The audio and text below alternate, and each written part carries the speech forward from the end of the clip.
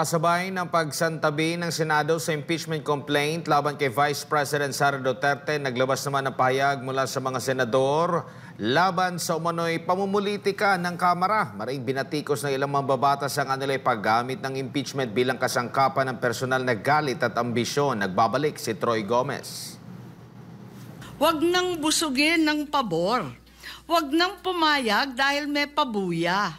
Huwag tayo magpalaki ng buwaya, baby pa nga ang tawag, lulong na.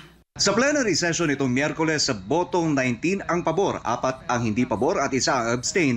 Nagpasya ang Senado na i-archive ang impeachment complaint na inaprubahan ng House of Representatives. Sa kabila nito, umani ng reaksyon mula sa mga senador kaugnay sa mga motibong inuugnay sa reklamo. Pinangunahan ni Senate President Francis Chis Escudero ang pagtalakay sa papel ng institusyon sa ganitong mga usapin.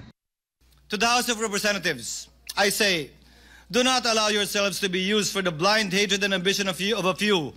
The Senate is not your playground to run after your political enemies. We are not an accomplice in any grand scheme. Mariinding itinanggi ni Escudero ang anumang pakikiisa sa tinatawag niyang mob rule at shrillest of voices na nais idikta ang galaw ng Senado. Hindi rin napahuli si Senador Alan Peter Cayetano na nananawagan ng kaayusan at respeto sa tamang proseso. Ayaw natin maging presidente si Vice President Sara, talunin nyo na lang sa 2028. Ngayon, kung talagang may ginawa siyang masama, edi impeach pero sa tamang paraan. Sa kanyang pahayag, nananawagan si Senadora Amy Marcos ng mas masusing pagsusuri sa mga hakbangin ng kapwa mambabatas. Kesa inaatupag ninyong palitan ang pinili ng taong bayan, binoto at minahal. Bakit di nyo nalang palitan ang tao, kayo naman lang ang pumili?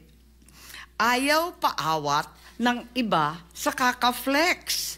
Tahimik man sa tono, nagpahayag din si Senadora Camille Villar ng pag-aalinlangan sa proseso. Each operates independently with its own sphere of authority and serves as a check and balance on the others to prevent abuse of power. Para kay Senador Mark Villar, mahalagang pairalin ang due process. Ginamit pa niya ang pananalita ni Supreme Court Senior Associate Justice Marvic Leonen. Na ang due process ay para sa lahat at hindi lang para sa mga kakampi. Si Senador Bongo naman ay tumindig upang ipagtanggol ang kanyang mga kaalyado. Sa pagkakakilala ko sa mga Duterte, hindi sila tumatakbo sa kanilang responsibilidad.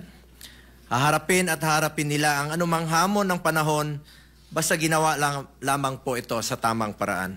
Sa kabila ng mga panawagan mula sa ilang sektor na ituloy ang impeachment trial, malinaw sa naging deliberasyon sa Senado na para sa nakararami, hindi tamang proseso kundi pamumulitika ang nangibabaw sa reklamo. At para sa kanila, hindi papayag ang Senado na maging kasangkot sa anumang grand scheme ng pamumulitikang layunin.